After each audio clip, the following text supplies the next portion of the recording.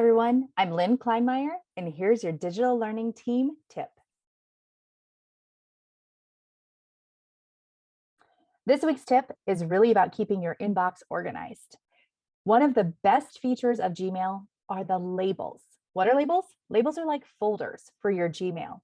Now, I am not an inbox zero kind of person, but even if you are, labels can be an amazing advantage. Let me show you. So labels appear along the left-hand side of your Gmail inbox. So how do you use them? How do you create them? How do you manage them? Well, you could go up to the settings like we've done previously, but I'm going to show you a quicker and faster way.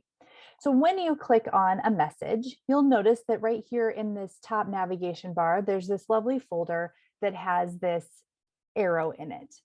This is the move to. This is how you navigate to your labels. But what's really great is it also allows you to create labels on the fly.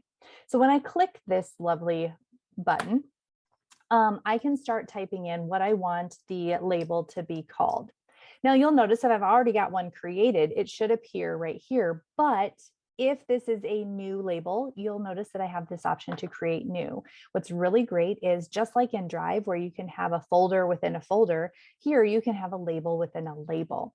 And so if I click on this label that I have created, one of the things that you'll notice is that it disappears out of my inbox. So those of you who are inbox zero fans, this might be for you. But for those of you who are not inbox zero people, what this does is it actually moves it out of your inbox, but puts it into that folder or that label where you can find it again later.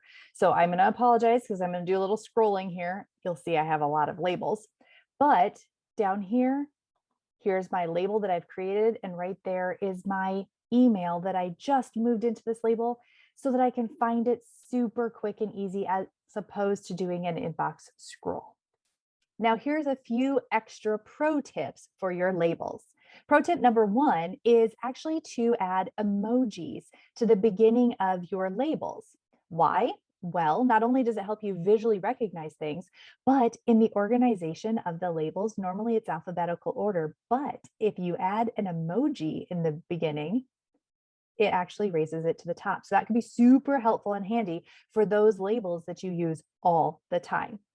Also, another pro tip is if you hover over a label, you'll see that there's the three dots here. When you click on those three dots, you of course have your extra editing rights and removal pieces, but you also have the ability to add color to your labels. So once again, this helps you visually recognize some of your labels that you use most often and help you find them very, very quickly in your inbox.